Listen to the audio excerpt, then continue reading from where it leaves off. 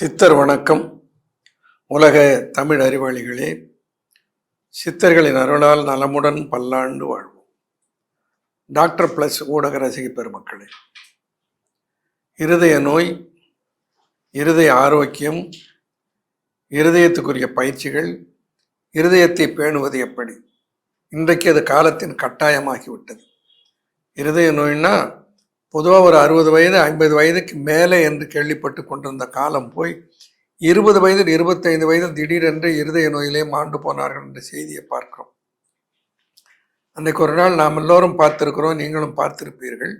ஒரு 20 வயது இளைஞன் டான்ஸ் ஆடி கொண்டிருக்கிறான், அப்படியே மயங்கி விழுந்து இறந்து போகிறான். என்னன்னு பார்த்தா ஹார்ட் அட்டாக்னு சொல்லுகிறார். அப்படின்னா நம்ம எங்கே போய் கொண்டு இருக்கிறோம்? நம்முடைய வாழ்க்கை முறை நமக்கு எத்தகைய ஒரு பெரிய பாதுகாப்பற்ற நிலையை அளித்திருக்கிறது. எல்லாம் தெரிஞ்சுக்கணும். எனக்கு இல்லைன்னு நினைக்காம தனக்கும் அது வரலாம் என்று உணர்ந்து எல்லோரும் இருதயத்தை பாதுகாப்பாக வைத்துக் கொள்வதற்குரிய வழிமுறைகளை கையாள வேண்டும். அதை சொல்லுவது கட்டாயம். ஆகையினாலே அதை நான் இன்றைக்கு சொல்ல வேண்டும் என்று நினைக்கிறேன். எளிய சிலவற்றை நான் சொல்லுகிறேன். இதை கையாள முடியாதா? பிரச்சனை உள்ளவர்கள் மருந்தாக செய்து சாப்பிடலாம், இல்லாதவர்கள் வராமல் தடுக்கலாம். இல்லை, ஒரு நாளைக்கு ஒரு சாத்துக்குடி சாறு பூஞ்சி சாப்பிட முடியாது. அதில் ஒரு நாளைக்கு ஒரு 2 சாத்துக்குடி கமலா ஆரஞ்சு இல்லை, லூஸ் ஜாக்கெட் இல்லை, பச்சையா தோல் இருக்கு பாருங்க. அந்த சாத்துக்குடியில் அஸ்கார்பிக் அமிலம் இருக்கிறதுன்னு அறிவியல் உலகம் சொல்லுது. Ascorbic acid is a very powerful anti accident. நம்ம உடம்புல உண்டாகிற ரியாக்டிவ் ஆக்சிஜன் ஸ்பீஷிஸ் என்று சொல்லுகிற அந்த அணுபேற்றம் பெற்ற சார்ஜ்டு அயான்ஸ், ஆக்சிஜனை சார்ஜ்டு அயானாக இருந்து கொண்டு அது நம்முடைய உடலிலே உள்ளே குருதி குழாயிலே இருக்கிற உச்சுவரை சேதப்படுத்துகிறது. அவைகளையெல்லாம் சரி செய்வதற்கு உரிய சத்து அந்த அஸ்கார்பிக் ஆசிட் ஆன்டி ஆக்சிடென்ட்னு சொல்லுவாங்க. இது இன்னைக்கு அறிவியல் சொல்லுது. ஆனால் ஒரு 1500-2000 வருஷத்துக்கு முன்னே தேரைய சொல்றாரு. சொல்லும் இருதயத்தின் சோர்வை அற நீக்கும், சொல்லும் இருதயத்தின் சோர்வை அற நீக்கும், நல்லுதிரமே பரவும் நாவிற்கு நல்ல ருசி உண்டாம், எல்லாருக்கும் மருந்தாகும், வல்ல சாத்துக்கொடி எல்லோருக்கும் உணவாகும், வல்ல சாத்துக்கொடி கண்டறிந்து மாதே களி என்று எழுதுகிறார். கண்டு அறிந்து களிப்போடு இரு. களின்னா மகிழ்ச்சியாக இரு. கழித்தல். கிராமத்துல களியன் பேரே வச்சிருப்பான், மகிழ்ச்சியாக இருப்போம். களியன்னு பேர் இருக்கும். கழித்தல்னா மகிழ்ந்திருத்தல். கண்டு அறிந்து களி. என்ன செய்ய போறோம்? ஒன்றும் இல்லை. ஒரு நாளைக்கு 1-2 சாத்துக்குடி பழம் தினம் ஜூஸ் புரிஞ்சு குடிக்க முடியாது. அதுக்கு வசதி இல்லாமல் நாம இருக்கிறோம். ஆனால் செய்யறது இல்லை. சாத்துக்குடி சாருக்கு இருதயத்தை பாதுகாக்கிற, இருதயத்தின் சோர்வை அகற்றுகிற, இருதயத்திலே உருவாகிற இரத்த அடைப்புகளை அகற்றுகிற ஆற்றல் உண்டு. வராமல் தடுக்கிற ஆற்றல், அதான் ரொம்ப முக்கியம். ஒரு சாத்துக்குடி சாப்பிட முடியாது நமக்கு. சரி, அடுத்து ஒரு எளிய ஒன்றை சொல்றேன், அது நம்மளால முடியாதா? செம்பருத்தை பூ. செம்பருத்தை பூ ஒரு நாளைக்கு ஒரு 5 to 10 பூ செம்பருத்தை இதழ்களை பறித்து சாப்பிட்டு கொண்டு வந்தோம். அப்படியே சாப்பிடலாம். செம்பருத்தை பூவை அப்படியே சாப்பிடலாம், மிக ருசியாக இருக்கும். செம்பரத்தை மேக வெட்டை தீரா பிரமியமும், வெம்பரத்தை வெள்ளை வழுப்பும் வெம்பும், பெரும்பாடு ரத்த பித்த பேதம் அகற்றும், கரும்பாம் ஒரு மயிலே காண்.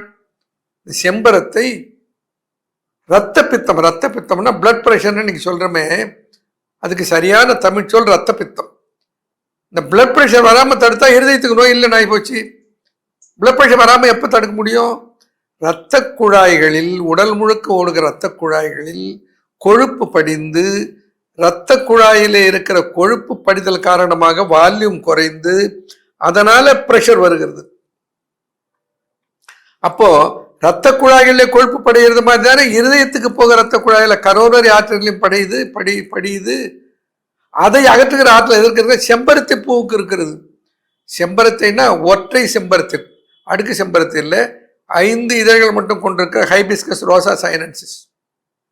வீட்டில் நிறைய செம்பருத்தி பூ இருக்குன்னு வச்சுங்க, வீணாக்கூடாது. சாமி கொண்டு போய் படைச்சிட்டு அந்த செம்பருத்தி பூவை கொண்டு வந்து அப்படியே ஒரு கூடையில போட்டு வச்சிருங்க. அது அழுகாது, அப்படியே காயும். உலர்ந்த பின்னால் எடுத்து அரைத்து அதை சூரணமாக பவுடராக பண்ணி வச்சுக்கோங்க. தினம் ஒரு ஸ்பூன் அந்த செம்பருத்தி பவுடர் வெந்நீரில் போட்டு கொதிக்க வச்சு டிகாக்ஷன் போட்டு குடிச்சிக்கிட்டே வாங்க. இருதயத்துக்கு நோய் வருமா பார்க்கலாம். இருதய நோயை வராமல் தடுப்பதற்கு மிகச்சிறந்த ஒரு பூ செம்பருத்தி பூ. இதை சாப்பிடக்கூடாதா? இதெல்லாம் நான் எதுக்கு சொல்றேன்னா, நாம் எல்லோரும் இதயத்தை பாதுகாக்க வேண்டும், ஆரோக்கியமாக வைத்துக்கொள்ள வேண்டும். வந்ததுக்கு அப்புறம் போய் வைத்தியரை பார்க்கறத விட வராத தடுக்கிறது அறிவாளித்தனம் இல்லையா? அதுக்குரிய வழியை தான் சொல்றேன். செம்பருத்தி பூவை கஷாயம் விட்டு சாப்பிடுங்கள். அந்த செம்பருத்தி பூ பச்சையா கிடைச்சா தோட்டத்தில் இருந்தால் பறிச்சு சாப்பிடும். ஒரு பெரிய தொட்டி இருந்து அந்த தொட்டியில, இப்போ என்னுடைய வீட்டுக்கு எதில் 2 தொட்டியில செம்பருத்தி பூ வைத்திருக்கேன். அன்றாடம் 10 பூ அதில் கிடைத்து கொண்டே இருக்கிறது. வீட்டில் வைக்கலாமே. மனசு வேணும், இதெல்லாம் செய்வதற்கு மனசு வேணும், அதனுடைய பயம் வேணும். யாருக்கோன்னு இருக்கக்கூடாது. மரணம் நிகழ்வது என்பது நமக்கும் வரப்போகிறது என்பது நினைப்பு இருக்க வேண்டும். யாருக்கோ நிகழ்வதாக நினைத்து கொண்டு இருக்கக்கூடாது. அப்படி செம்பருத்தி பூவினுடைய இதழை சாப்பிடலாம். அது செம்பருத்தி பூவினுடைய இதழை உலர்த்தி அதில் பவுடர் செய்து சூரணம் செய்து வைத்துக்கொண்டு, சூரணம்னா தெரியல, அதனால பவுடர்னு ஆங்கிலத்தில் சொல்ல வேண்டியிருக்கு, எனக்கே கஷ்டமாக தான் இருக்கு. அதை ஒரு தேக்கரண்டி 1 டம்ளர் தண்ணீரில் போட்டு கொதிக்க வைத்து வடிகட்டி குடிங்க. அப்படியே குடிங்க. அல்லது தேனில் குழைச்சி சாப்பிடுங்க, சர்க்கரை நோய் இல்லைன்னா. இது இருதயத்தை பாதுகாக்க, இரத்த குழாய்கள் இருக்கிற கொழுப்பு படிதலை அகற்றும். ஒன்று.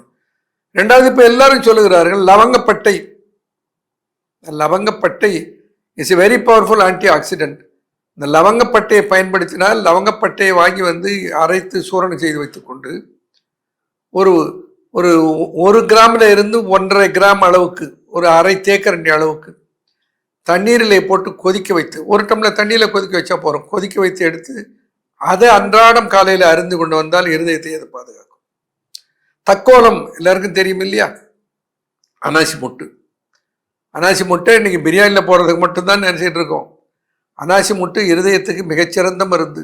அனாசி முட்டு அல்லது அனாசி பூன்னு சொல்கிறோம் இல்லையா, கடையில் விற்கிறது. அதை வாங்கி அரைத்து சுரணம் பண்ணி வச்சுட்டு ஒரு 1/2 ஸ்பூன், ஒரு 500 mg தினமும், சர்க்கரை நோய் இல்லைன்னா அப்படியே தேனில் கலந்து சாப்பிடலாம். அல்லது 1 டம்ளர் தண்ணீரில் போட்டு கொதிக்க வைத்து வடிகட்டி அதை குடிக்கலாம். இல்லை அப்படியே குடிக்கலாம். அது இருதயத்துக்கு சிறந்த பாதுகாப்பை தரும். குங்குமப்பூ. குங்குமப்பூ இருதயத்துக்கு அவ்வளவு சிறந்த. பணக்காரர்கள், வசதி உள்ளவர்கள் சாப்பிடலாம். குங்குமப்பூவை கண்டால் கூறு கொண்ட பீனீச நோய் தங்கு செவி தோடம் சல தோடம் பொங்கு மதுரத்தோடம் மாதர் கருப்பை உதிரத்தோடம் போமோர் என்று சொல்வார்.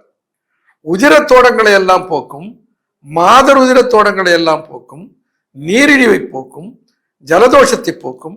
இப்படி பல பண்புகளை கொண்டிருக்கிற ஒரு பூ தான் குங்குமப்பூ. குங்குமப்பூ அந்த காலத்தில் என்ன பண்ணா, கருவுற்று இருக்கிற பெண்களுக்கு குங்குமப்பூவை கட்டாயமாக பாலில் போட்டு கொடுப்பார்கள். குழந்தை சிவப்பா பிறக்கணும், குழந்தை சிவப்பா பிறக்கணும்னு சொன்னாதான் அந்த தாய் சாப்பிடுவா.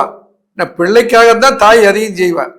ஆனால் குங்குமப்பூ எதுக்குன்னா ரத்த விருத்தி. இந்த தாய்க்கு ரத்தம் குறைவதனாலே அனிமியா வருது இல்லை, அந்த அனிமியா வராமல் தடுப்பதற்கு ரத்த விருத்திக்கு குங்குமப்பூ. அந்த குழந்தைக்கு நிறைய ரத்த விருத்தி கிடைப்பனாலே அது நல்ல செவச்சவன்னு குழந்தை பிறக்கும். அப்போ குங்குமப்பூவுக்கு இருதய நோய்களை அகற்றுகிற ஆற்றல் உண்டு. இப்போ இதையெல்லாம் நம்ம வாழ்க்கையில கையாளலாம். இன்னொரு மூலிகை இருக்கிறது, மிகச்சிறந்த மூலிகை. பாண்டகற்றும் மெய்யிற் படரும் குட்ட நோய் விலக்கும் நீண்ட இருதய நோய் நீக்கிவிடும் தாண்டதப்பை முன்னே விலக்கிவிடும் மூவா தலைச்சுருளி என்னே உலகில் இசைடா. இதை இசைப்பட உலகில் இருக்கு. உலகுக்கு சொல். சித்த மருத்துவர்கள் மறைத்து வைத்து விட்டார்கள், சித்தர்கள் மறைத்து வைத்து விட்டார்கள் என்பது அறிவில்லாதவர்கள் பேசுகிற பேச்சு. உலகுக்கு சொல்லுன்னு சொல்லவன் சித்தர்கள். உலகிலே இருக்கிற எல்லா மக்களும் தெரிந்து கொள்ள சொல்ல வேண்டும் என்று அவர்கள் பதிவு செய்தார்கள். எப்படி சொல்றாரு? தலைச்சுருளி, ஈஸ்வரமூலி, பெருமருந்து என்று 3 பெயர் அந்த ஒரு மருந்து கொண்டது. பேரே பாருங்க, ஈஸ்வரமூலி. ஈஸ்வரன்னா சிவ கணங்கள், சிவ சிவ சிவ மரபுல முதன்மை கடவுள் யாருன்னா சிவபெருமான். அந்த சிவபெருமானுடைய பெயரிலேயே அது இருக்கிறது ஈஸ்வர மூலின்னு. அப்படின்னா அது எப்பேற்பட்ட மூலிகை பாருங்க. தலைச்சுருளி, அந்த இலை அப்படி சுருண்டு பற்றி கொண்டு அந்த இலை படரும். அது அரிஸ்டலோக்கியா பிராக்டாட்டான ஆங்கில பெயரு. அந்த இலை இருக்கிறதே, அந்த இலை நீண்ட இருதய நோய் நீக்கக்கூடிய. இருதய நோய் திடீர்னு ஒரு காய்ச்சல் மாதிரி, தலைவலி மாதிரி திடீர்னு நேத்து முளைச்சது இல்லை, மூட்டு வலி மாதிரி திடீர்னு வந்ததில்லை. அது நீண்ட இருதய நோய். இப்ப சொல்றார்கள் ஒரு 40% 30% பிளாக் என்பது 40 வயசுல இருக்க எல்லாருக்கும் இருக்கும். அது கொஞ்சம் கொஞ்சமா பெருசாகி 60 வயசுல பாதிக்கும்னு சொல்றாங்க. அப்படின்னா என்ன அர்த்தம்? ஒரு 20-30 வருஷம் எடுத்துக்குது அது வளருதுக்கு. நீண்ட இருதய நோய் நீக்கிவிடும். இப்ப என்ன பண்ணும்? இந்த தலைச்சுள்ளி என்கின்ற ஈஸ்வர மூலி கடையில கிடைக்கிறது, கொஞ்சம் கசக்கும். ஈஸ்வர மூலியை கொண்டு வந்து இடிச்சு பவுடர் பண்ணி வச்சுக்கோங்க வீட்டில். அன்றாட காலையில ஒரு தேக்கரண்டி எடுத்து போட்டு ஒரு டம்ளர் தண்ணீரை ஊற்றி கொதிக்க வச்சு வடிகட்டி, சக்கரை நோய் இல்லைன்னா கொஞ்சம் பனங்கற்கண்டு அதில் தேன் சேர்த்து, சக்கரை நோய் இருந்தாக்கா அதை தவிர்த்து அதை சாப்பிட்டுட்டு வாங்க, இருதயத்தை பாதுகாத்துக்கலாம். இப்படி இருதயத்துக்கு ஏற்ற உணவுகள் ஏராளமாக சித்தர்கள் நமக்கு சொல்லி இருக்கிறவர்கள் கையாளலாம். இல்லையா, வந்து விடுத்தியா, நெஞ்ச வலிக்குது, மூச்சு விட முடியல, படி ஏறினா மூச்சு வாங்குது, கொஞ்ச தூரம் நடந்தாக்கா திரும்பி நின்று கொஞ்சம் அசோசப்படுத்திக்கிட்டு தான் நடக்க முடியுது, பேசினா இழப்பு மூச்சு வாங்குது, நடக்க முடியல, ரொம்ப தூரம் அசந்து போகுது. இப்படிப்பட்ட அறிகுறிகள் எல்லாம் வந்து விட்டால் அது இருதயத்தினுடைய நோயினுடைய அடையாளம்.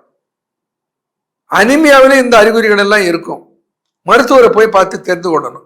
சரி, அனிமியாவா இருக்கட்டும் அல்லது இருதய நோயாக இருக்கட்டும், அதுக்கு என்ன செய்தி சாப்பிடலாம்? சிம்பிள் 2 தயாரிப்புகளை சொல்றேன், அதை செய்யுங்க. ஒன்று, இருதயத்துக்கு என்று இருக்கிற ஒரு மிகச்சிறந்த மலர் எதுன்னா வெண்தாமரை பூ.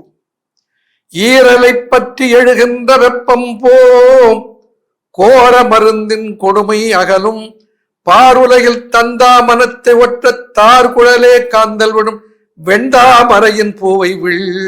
வெண்தாமரையினுடைய பூவை சொல், இருதயத்தில் வருகிற அத்தனை பிணிகளையும் அது அகற்றிவிடும். வெண்தாமரை பூ, தனி வெண்தாமரை பூவை கொண்டு வந்து அந்த இதழ்களை உலர்த்தி சூரணம் செய்து வைத்து கஷாயம் போட்டு அன்றாடம் சாப்பிட்டு வந்தாலே இருதயத்தை பாதுகாத்துக்கலாம்.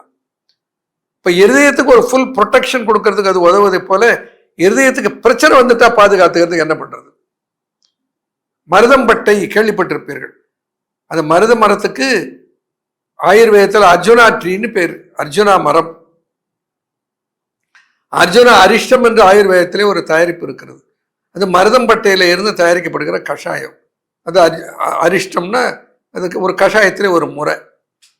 இப்ப இவைகளையெல்லாம் சேர்த்து ஒரு பயன்பாட்டுக்கு நான் ஒன்று சொல்றேன். இதய அமிர்தமாக அதை நீங்கள் கையாளுங்க.